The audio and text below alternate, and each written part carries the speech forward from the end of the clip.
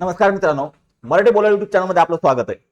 आत्मा योजनेच्या अंतर्गत कृषी मित्र भरती ही केली जाणार आहे. या भरतीच्या अंतर्गत 11,000 पेक्षा जास्त कृषी मित्र हे निवडले जाणार आहेत. मग यामध्ये नेमकी पात्रता कशी असणार किंवा कोणाला निवडलं जाणार याबाबत वारंवार विचारला जाणारा प्रश्न होता. तर आजच्या व्हिडिओच्या माध्यमातून याच कृषी मित्र भरतीबाबतची संपूर्ण माहिती या व्हिडिओच्या माध्यमातून आपण जाणून घेणार आहोत. तर कृषी मित्र ही जी भरती आहे, या भरतीचं जे परिपत्रक आहे ते परिपत्रक आता आपल्या शासनानं प्रसिद्ध केलंय. आता या परिपत्रकामध्ये काय काय दिलेलं आहे याची संपूर्ण माहिती आपण या ठिकाणी घेण्याचा प्रयत्न करणार आहोत. आता कृषी मित्र भरती आत्मा योजनेअंतर्गत 2026-27 या आर्थिक वर्षासाठी शेतकरी मित्र निवडी संदर्भातील सुधारित मार्गदर्शक सूचना जाहीर करण्यात आलेल्या आहेत. म्हणजे ज्या काय सूचना आहेत मार्गदर्शक म्हणजे निवड प्रक्रियेच्या त्या या ठिकाणी जाहीर करण्यात आल्या. यामध्ये कोण पात्र असणार, पात्रता काय आहे, निवड कशी होणार, किती मानधन मिळणार आणि तुमच्या जिल्ह्यात किती शेतकरी मित्रांची निवड होणार, हे जे काय तुमच्या मनातील प्रश्न आहे त्याची संपूर्ण माहिती आजच्या व्हिडिओच्या माध्यमातून आपण जाणून घेणार आहोत. त्यामुळे हा व्हिडिओ शेवटपर्यंत पाहायला विसरू नका. तर चला आता यामध्ये आपण जे पाहतोय शेतकरी मित्र म्हणजे नेमकं काय. आता बऱ्याच जणांना प्रश्न की शेतकरी मित्र हे जे काय पद आलेलं आहे किंवा ही जी काय भरती होती ही नेमकी आहे तरी काय. तर शेतकरी मित्र हा आत्मा यंत्रणा, कृषी विभाग आणि गावातील शेतकरी यांच्यातील महत्वाचा दुवा म्हणून काम करणार आहे. ज्यामुळे अनुभवी, प्रयोगशील आणि शेतीमध्ये आवड असलेल्या शेतकऱ्यांची निवड करण्यावर भर देण्यात आला आहे. मग जे काय शेतकरी आहेत या शेतकऱ्यांना कुठेतरी मार्गदर्शन करण्यासाठी, थोडेफार प्रमाणात त्यांना माहिती देण्यासाठी किंवा प्रगत पद्धतीनं किंवा तंत्रज्ञानाचा वापर करून शेतीमध्ये कसा नवनवीन बदल करायचा याची माहिती देण्यासाठी या शेतकरी मित्रांची निवड करणं हा प्रमुख उद्देश या योजनेमागचा म्हणजे या शेतकरी मित्रामागचा आहे. यामध्ये काय नवीन तंत्रज्ञान स्वीकारण्याची तयारी, शेतकऱ्यांशी चांगला संवाद साधण्याची क्षमता आणि कृषी विस्ताराचे काम सेवाभावी वृत्तीने करण्याची तयारी असणे अपेक्षित आहे. म्हणजे अशा व्यक्तींची नेमणूक का करायची तर शेतकऱ्यांमध्ये जी काय तंत्रज्ञानाची प्रगती आहे ती त्यांनी स्वीकारावी आणि या तंत्रज्ञानाचा वापर करून शेतीमध्ये नवनवीन प्रयोग करून उत्पादन क्षमता वाढावी असा या ठिकाणी याचा उद्देश आहे. आता यामध्ये काय पात्रता, या ठिकाणी कोण या ठिकाणी कृषी मित्र म्हणून भरती होऊ शकते किंवा कोण अर्ज करू शकतो किंवा यासाठी काय नेमकी पात्रता काय आहे. तर शेतकरी मित्र होण्यासाठी वयाची अट जी आहे ते 25 ते 60 वर्षाच्या आत असावे. म्हणजे 18-19 वर्षाचे जे काय तरुण असतील ते देखील या ठिकाणी अर्ज करू शकणार नाहीत. कमीत कमी या ठिकाणी 25 हे वर्ष असणं आवश्यक आहे आणि जास्तीत जास्त 60 पर्यंत उमेदवार या ठिकाणी अर्ज करू शकणार आहेत. आता या त्यानंतर उमेदवार संबंधित सहाय्यक कृषी अधिकाऱ्यांच्या कार्यक्षेत्रातील गावातील रहिवासी आणि शेतकरी असणे आवश्यक आहे. म्हणजे ज्या गावासाठी किंवा ज्या एरियासाठी तुम्ही कृषी मित्र म्हणून तुमची नेमणूक होत आहे तुम्ही त्याच गावातील किंवा त्या कार्यक्षेत्रातील रहिवासी आणि शेतकरी असणं आवश्यक आहे. फक्त रहिवासी असून देखील चालत नाही, या ठिकाणी तुम्ही शेतकरी असणं देखील गरजेचं आहे. उमेदवार संबंधित सहाय्यक कृषी क्षेत्रातील रहिवासी असणे आवश्यक. उमेदवारास कोणत्याही प्रकारचा गुन्हा दाखल झाला नाही. जर तुम्ही गुन्हेगार प्रवृत्तीचे असाल तुम्हाला या ठिकाणी अपात्र केलं जाणार. आणि शिक्षणाची अट काय तर या ठिकाणी शिक्षणाची अट दिलेली किमान 12वी उत्तीर्ण असणं देखील आवश्यक आहे. त्यासोबतच याशिवाय सोशल मीडिया हाताळण्याचे किमान कौशल्य म्हणजे मोबाईल, व्हॉट्सअप, फेसबुक जे काय आहे हे तुम्हाला देखील हाताळता येणं आवश्यक आहे. दररोज किमान 2 तास देणे आवश्यक आहे. म्हणजे या कामासाठी तुम्हाला दिवसाचे 2 तास देखील या ठिकाणी द्यावे लागणार आहेत. आता शेतकरी मित्राला म्हणजे कृषी मित्राला कोणती कामे करावी लागणार तर शेतकरी मित्राचे काम काय असणार आहे नावापुरते नसून अनेक महत्वाच्या जबाबदाऱ्या देण्यात आलेल्या आहेत. यामध्ये गावामध्ये महिला व पुरुष शेतकरी गट, पीक न्याय शेतकरी गट आणि महिला अन्न सुरक्षा गट तयार करण्याची मदत करणे हा मेन उद्देश म्हणजे जे काय कार्य आहे ते कार्य या पद्धतीत असणार आहे. शेतकरी शेती आणि आत्मा योजनेअंतर्गत शेतीशाळेसाठी लाभार्थी निवड आणि शेतीशाळा राबवण्यासाठी मदत करणे. म्हणजे जी काय शेतीशाळा राबवायची त्यासाठी देखील याला पुढाकार घेऊन मदत करणं गरजेचं आहे. त्यासोबतच ग्रामसभेमध्ये सहभागी होऊन कृषी आणि कृषी संलग्न विभागांच्या योजनांची माहिती शेतकऱ्यापर्यंत पोहोचवणे हा याचा मुख्य उद्देश असणार आहे. शेतकरी नैसर्गिक शेतीचा प्रसार आणि प्रचार करणे म्हणजे जो काय प्रचार आहे नैसर्गिक शेतीचा तो लोकांपर्यंत त्याची माहिती देण्याचं काम देखील हे कृषी मित्राला करावं लागणार आहे.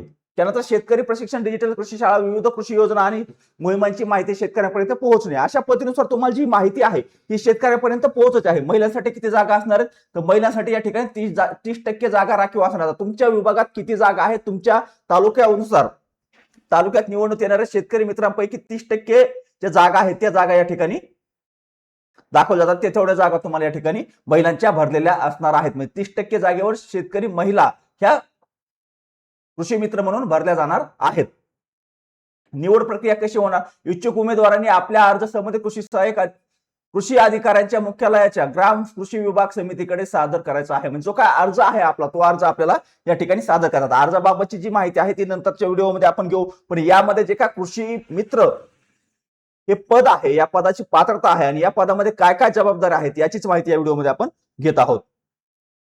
आता यामध्ये कोण म्हणजे कशा पद्धतीनुसार निवड केली जाणार, तर निवड करण्याची पद्धत जी आहे ती या ठिकाणी दिलेली पदव्युत्तर पदवीधारक, त्यानंतर पदवीधारक, त्यानंतर पदवीधारक आणि त्यानंतर 12वी उत्तीर्ण म्हणजे 12वी, पोस्ट ग्रॅज्युएशन, ग्रॅज्युएशन आणि त्याच्यापेक्षा पुढे आणखी तुमचं जे शिक्षण म्हणजे जे हायेस्ट शिक्षण असणार आहे त्या हायेस्ट शिक्षण धारकांना या ठिकाणी प्राधान्य दिलं जाणार आहे निवडीमध्ये. दोन किंवा अधिक उमेदवार जर एकाच समशिक्षणाचे म्हणजे एकाच सारखं शिक्षण झालेले जर दोन किंवा अधिक उमेदवार असतील तर त्यांच्या सर्वाधिक गुण मिळवलेल्या उमेदवाराची निवड केली जाईल, म्हणजे ज्याला पर्सेंटेज जास्त असेल त्याची या ठिकाणी निवड केली जाणार आहे. त्यानंतर निवड कालावधी, तर 2 वर्षाच्या कालावधीसाठी ही जी निवड आहे ती 2 वर्षाच्या कालावधीसाठी केली जाणार आहे. 1 वर्षानंतर त्याच्या कामाचे मूल्यांकन केले जाईल. विशेष म्हणजे एकदा शेतकरी मित्र निवड झालेल्या व्यक्तीची पुन्हा शेतकरी मित्र म्हणून निवड करता येणार नाही. हा एक मुद्दा या ठिकाणी दिलेला आहे. मानधन किती मिळणार, तर या ठिकाणी मानधन मिळणार आहे दर महिन्याला 1500 रुपये मानधन मिळणार आहे. आता हे मानधन आहे की बोनस आहे की काय आहे याबाबत आपण बोलणार नाही, परंतु शेतकरी मित्रांना दर महिन्याला 1500 रुपये मानधन मिळणार आहे. कारण बऱ्याच दिवसापासून चर्चा चालू होती की शेतकरी मित्र शेतकरी मित्र शेतकरी मित्र भरती 11,000 जागा 15,000 जागा, परंतु या गोष्टीवर आल्यानंतर या सर्व प्रश्नांचं उत्तर या ठिकाणी स्टॉप होताना दिसत आहे. त्यानंतर म्हणजेच वर्षाला एकूण 18,000 रुपये. आता हा हिशेब सांगण्याची गरज नाही, 1500 रुपये प्रति महिन्यानुसार म्हणल्यानंतर तेवढे जाणार. याशिवाय कोणतेही अतिरिक्त मानधन, प्रवास खर्च किंवा इतर भत्ते देय नसल्याचे मार्गदर्शनामध्ये स्पष्ट करण्यात आलेले आहे. म्हणजे तुम्हाला याच्या व्यतिरिक्त कोणताही फुटका 1 रुपया देखील दिला जाणार नसल्याचं देखील या ठिकाणी यांनी सांगितलेलं आहे.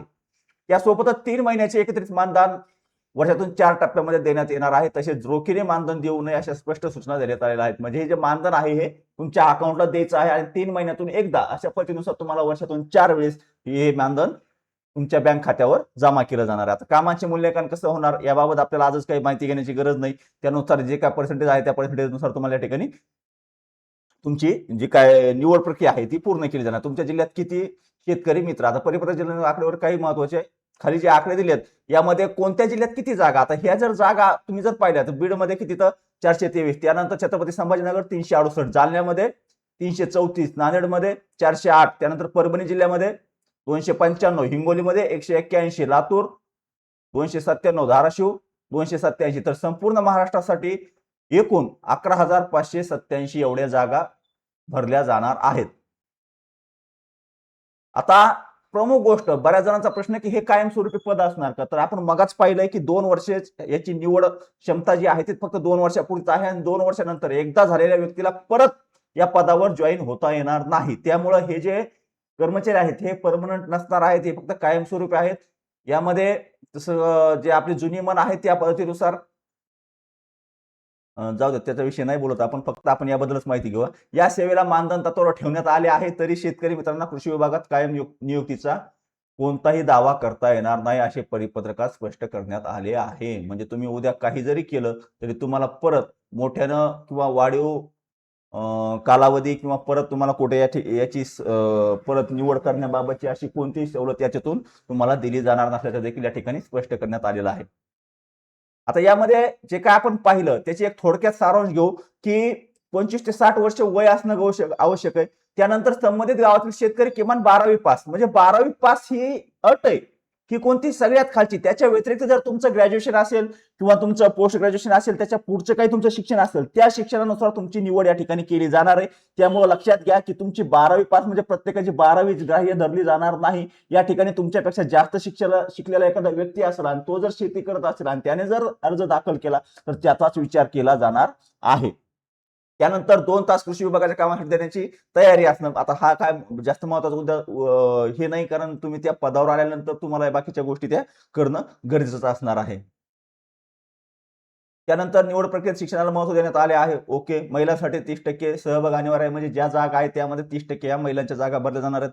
तुम्ही आता कशा भरल्या जातात त्यामध्ये कसं कसं प्राधान्य दिलं जातं हे तालुका कृषी विभागाच्या माध्यमातून स्पष्ट केलं जाईल, किंवा कशा पद्धतीने कुठे महिलांच्या जागा भरायच्या या आरक्षित कशा पद्धतीने करायच्या हे देखील ते त्यांच्याकडून ठरवलं जाईल. सध्या तरी या परिपत्रकामध्ये महिलांसाठी फक्त 30% जागा एवढ्या दिल्यात, परंतु कोणत्या भागात महिला निवडायच्या हे या ठिकाणी दिलेलं नाही. आणि मानधन जे आहे ते आपण चर्चा केली 1500 रुपये महिना आणि 18,000 रुपये वर्ष हे भरपूर मानधन या ठिकाणी दिलेलं आहे. त्यानंतर अर्ज सुरू करण्याची तारीख जी आहे ती जी बाकीची माहिती आहे तर ती परिपत्रकात नसल्यामुळे या ठिकाणी मी तुम्हाला देखील सांगत नाही, परंतु याबाबतची जी बाकीची माहिती आहे ती सर्व माहिती तुम्हाला पुढील पार्टमध्ये किंवा पुढील व्हिडिओमध्ये देण्याचा मी नक्की प्रयत्न करू. परंतु जे काय तुमच्या मनातील प्रश्न होता की कृषी मित्र बाबतचा, त्या प्रश्नाचं उत्तर तुम्हाला या ठिकाणी मिळालं असेल अशी अपेक्षा करतो. आणि जे काय तुमच्या मनातील प्रश्न होते की कृषी मित्र यासाठी पात्रता काय किंवा कोण अर्ज करू शकतो, याच्या काय जे संबंधित तुमचे प्रश्न होते, या सर्व प्रश्नांची उत्तर तुम्हाला या व्हिडिओमध्ये मिळाली असतील अशी अपेक्षा करतो. आणि दिलेली माहिती जर कामाची वाटली असेल, महत्त्वाची वाटली असेल, आवडली असेल तर व्हिडिओला लाईक करायला